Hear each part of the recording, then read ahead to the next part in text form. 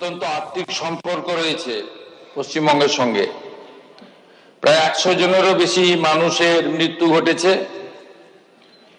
ভারত সরকার এবং আসাম সরকার এবং নানা সামাজিক প্রতিষ্ঠান ব্যক্তিগতভাবে অনেকেই এগিয়ে এসেছেন। ছত্তিশগড়, মণিপুর রাজ্যের সেখানকার সরকার ও আসাম সরকারকে সহযোগিতা ঘোষণা করেছে। আমি পশ্চিমবঙ্গ সরকারের পক্ষ থেকে মুখ্যমন্ত্রীর ত্রাণ তহবিল থেকে 10 কোটি টাকা আর্থিক সাহায্য আসাম সরকারকে আমরা দেওয়ার জন্য এখানে প্রস্তাব রাখছি এবং আমরা সেটা আসামের মুখ্যমন্ত্রী মহোদয়ের কাছে পৌঁছে দেওয়ার ব্যবস্থা করব।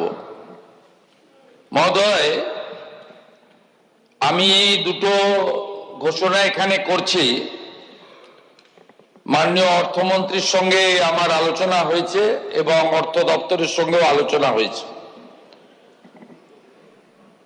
দুটোই আমাদের, একটি প্রাক্তন বিধায়ক কেন্দ্রিক আর একটা বর্তমান বিধায়কদের কাজের সুবিধা কেন্দ্রিক। বিষয় হচ্ছে, আমরা দীর্ঘদিন ধরে দেখেছি বিভিন্ন সময় বিধায়কদের নানা সুযোগ সুবিধা ইত্যাদি বিগত সরকার বৃদ্ধি করলেও প্রাক্তন বিধায়কদের ক্ষেত্রে কোনো রকম অর্থনৈতিক সুরক্ষা বা তাদের সহযোগিতা বিগত সরকার করেননি। এবং আমি হয়তো ওই সামান্য টাকা বিগত সরকার তাদের মনে হয়নি দেওয়ার প্রয়োজন আছে। কিন্তু আমি নিজে বেশ কিছু প্রাক্তন বিধায়ককে আমি দেখেছি ভিন্ন ভিন্ন দলে, তারা অত্যন্ত সততা নিষ্ঠা নিয়ে তাদের বিধায়কের কার্যকাল অতিবাহিত করেছেন। আমি এক্ষেত্রে পূর্ব মেদিনীপুর জেলায়, তখন অবিভক্ত মেদিনীপুর, মহিষাদলের প্রাক্তন বিধায়ক দীনবন্ধু বাবুর কে দেখেছি এখনো প্রত্যেক দিন সাইকেল চালিয়ে যাতায়াত করেন, বাজার থেকে আনাজ জিনিসপত্র যেভাবে কেনাকাটা করেন, লোকের সঙ্গে বসে এক বেঞ্চিতে চা খান। আবার আমি কয়েকদিন আগে একটা ভিডিও দেখছিলাম, আমাদের বাসন্তীর প্রাক্তন এমএলএ, মন্ত্রী ছিলেন সুভাষ নস্কর, তাকে দেখছিলাম যে তিনি স্টেশনে বসে আছেন। রেল স্টেশনে তাকে একজন সোশ্যাল মিডিয়া ভাইরাল করেছে। তাকে বলছেন যে, সুভাষ দা, আপনি এখানে প্রত্যেকদিন আসেন? বলছে, হ্যাঁ আসি, আমি এখানে পাশে সবজির বাজার করি, তারপরে এখানে বসে এই রেলের বেঞ্চিতে বসে একটু চাটা খাই, খবর কাগজ একটু পড়ি টড়ি এখানে হকারদের কাছ থেকে নিয়ে তারপরে বাড়ি চলে যাই।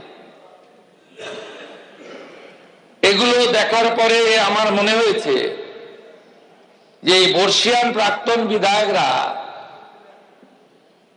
তারা, তাদের প্রতি সরকারের কিছু দায়িত্ব কর্তব্য আছে যা বিগত সরকার করেননি।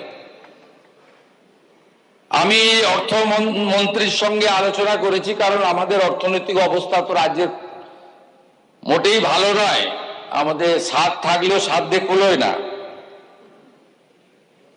আমি এটার জন্য আমাদের পরের সেশনে আইন আনতে হবে, কারণ অ্যামেন্ডমেন্ট করতে হবে। তো এফেক্টটা আগস্ট মাস থেকে তারা পাবেন, এরিয়ার সহ। আমাদের প্রাক্তন বিধায়কদের যে চিকিৎসা ভাতা 6,000 টাকা ছিল, সেটা বাড়িয়ে আমি 10,000 টাকা করার ঘোষণা করলাম।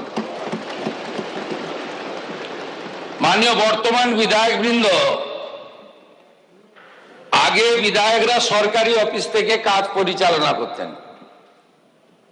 এখন বিধায়কদের নিজস্ব অফিস, মানুষের চাহিদা অনুযায়ী, মানুষের প্রয়োজন অনুযায়ী নিজস্ব অফিস করতে হয়। অনেকে দলের অফিসকে বিধায়ক অফিসে পরিণত করেন, আবার অনেকে দলের অফিসটা দলের জায়গায় রাখেন, বিধায়ক অফিসটাকে বিধায়ক সেবা কেন্দ্র হিসেবে ব্যবহার করেন। আমরা এখানে যে 208 জন জিতেছিলাম, একটা আমাকে ছাড়তে হয়েছে, 207। আমাদের কেন্দ্রীয় নেতারা এবং রাজ্য সভাপতি আমরা বিধায়কদের নিয়ে দলীয় মিটিং করেছিলাম। সেখানে আমাদের একটা সিদ্ধান্ত হয়েছে যে প্রত্যেকটি বিধায়ক তার নিজের নিজের বিধানসভা কেন্দ্রে একটি সেবা কেন্দ্র চালু করবেন, যেটাতে কেবলমাত্র তার বিধানসভার এলাকার জনগণের সঙ্গে বিধায়কের সম্পর্ক থাকবে এবং সেখানে দলমত বর্ণ ধর্ম নির্বিশেষে যারা তাকে ভোট দিয়েছেন তারাও পরিষেবা পাবেন, যারা তাকে ভোট দেননি তারাও পরিষেবা পাবেন। শতাধিক বিধায়ক ইতিমধ্যে সেবা কেন্দ্র আমরা চালু করেছি।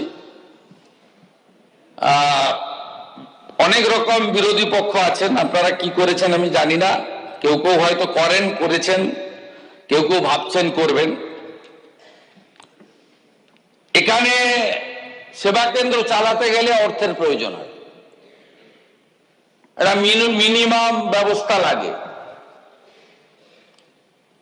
এক্ষেত্রে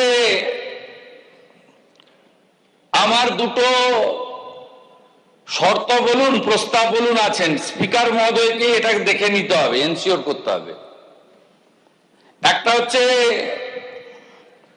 যে বিধায়করা তাদের সেবা কেন্দ্র চালু করবেন সেই সেবা কেন্দ্রের নাম দিতে হবে নেতাজি সুভাষচন্দ্র বসু সেবা কেন্দ্র।